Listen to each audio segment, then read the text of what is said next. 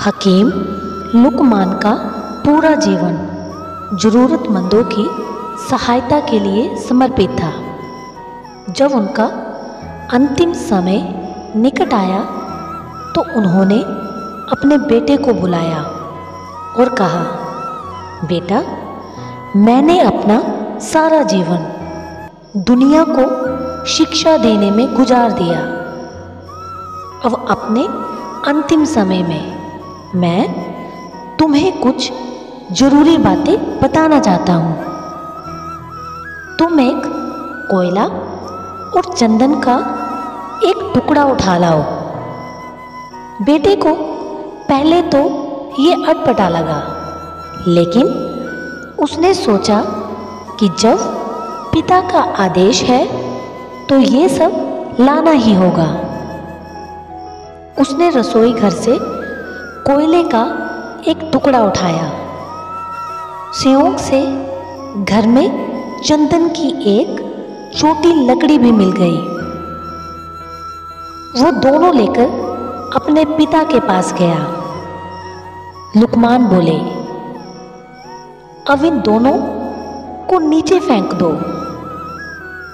बेटे ने दोनों चीजें नीचे फेंक दी और हाथ धोने जाने लगा।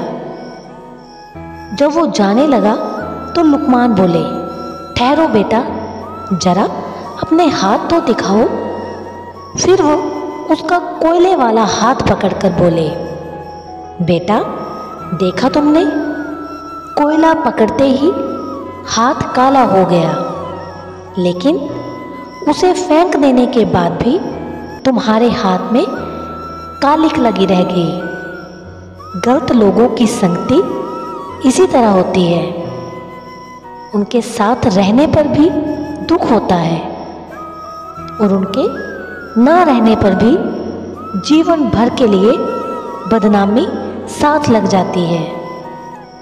दूसरी ओर सज्जनों का संग इस चंदन की लकड़ी की तरह है, जो साथ रहते हैं तो दुनिया भर का ज्ञान मिलता है और उनका साथ छूटने पर भी उनके विचारों की महक जीवन भर साथ रहती है।